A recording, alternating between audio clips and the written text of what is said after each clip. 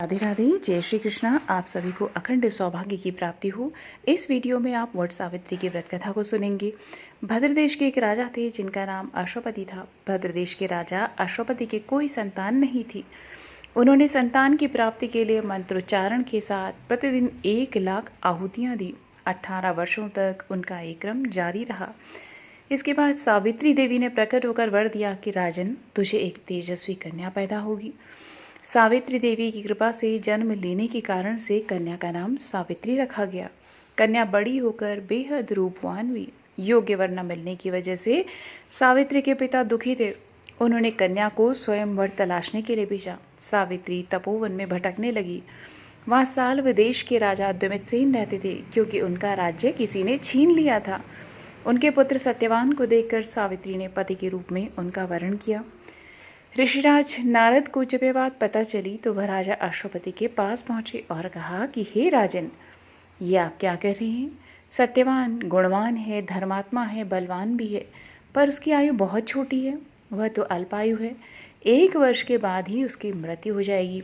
ऋषिराज नारद जी की बात सुनकर राजा अश्वपति घोर चिंता में डूब गए। सावित्री ने उनसे कारण पूछा तो राजा ने कहा कि पुत्री, तुमने जिस राजकुमार को अपने वर के रूप में चुना है वह तो अल्पायु है। तुम्हें किसी और को अपना जीवन साथी बनाना चाहिए। इस पर सावित्री ने कहा कि पिताजी, आर्य कन्याएं अपने पति का एक बार ही वरण करती हैं। राजा एक बार ही आज्ञा देता है और पंडित एक बार ही प्रतिज्ञा करते हैं और कन्यादान भी एक बार ही किया जाता है। सावित्री हट करने लगी और बोली, मैं सत्यवान से ही विवाह करूंगी। राजा अश्वपति ने सावित्री का विवाह सत्यवान से करा दिया। सावित्री अपने ससुराल पहुंचते ही सास ससुर की सेवा करने लगी। समय बीतता चला गया। नारद मुनि ने सावित्री को पहले ही सत्यवान की मृत्यु के दिन के बारे में बता दिया था। वह दिन जैसे जैसे करीब आने लगा, सावित्री अधीर होने लगी। उन्होंने 3 दिन पहले से ही उपवास शुरू कर दिया। नारद मुनि द्वारा कथित निश्चित तिथि पर पितरों का पूजन किया। हर दिन की तरह सत्यवान उस दिन भी लकड़ी काटने जंगल चले गए। साथ में सावित्री भी गई। जंगल में पहुंचकर सत्यवान लकड़ी काटने के लिए एक पेड़ पर चढ़ गए। तभी उसके सर में तेज दर्द होने लगा। दर्द से व्याकुल सत्यवान पेड़ से नीचे उतर गए। सावित्री अपना भविष्य समझ गई। सत्यवान के सर को गोद में रखकर सावित्री सत्यवान का सर सहलाने लगी। तभी वहाँ यमराज आते दिखे। यमराज अपने साथ सत्यवान को ले जाने लगे। सावित्री भी उनके पीछे पीछे चल पड़ी। यमराज ने सावित्री को समझाने की कोशिश की कि यही विधि का विधान है, लेकिन सावित्री नहीं मानी। सावित्री की निष्ठा और पतिपरायणता को देखकर यमराज ने सावित्री से कहा कि हे देवी, तुम धन्य हो, तुम मुझसे कोई भी वरदान मांगो। सावित्री ने कहा कि मेरे सास ससुर वनवासी और अंधे हैं, उन्हें आप दिव्य ज्योति प्रदान करें। यमराज ने कहा ऐसा ही होगा, जाओ अब लौट जाओ। लेकिन सावित्री अपने पति सत्यवान के पीछे पीछे चलती रही। यमराज ने कहा देवी, तुम वापस जाओ। सावित्री ने कहा भगवान, मुझे अपने पतिदेव के पीछे पीछे चलने में कोई परेशानी नहीं है। पति के पीछे चलना मेरा कर्तव्य है।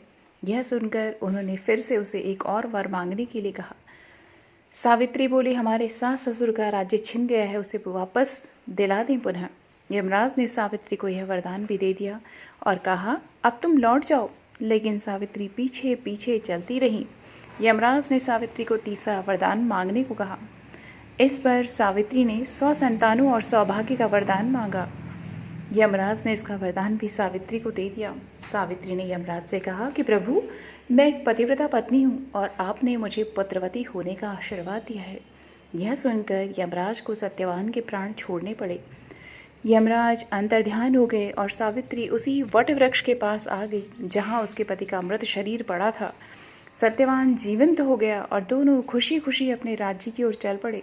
दोनों जब घर पहुंचे तो देखा कि माता पिता को दिव्य ज्योति प्राप्त हो गई है।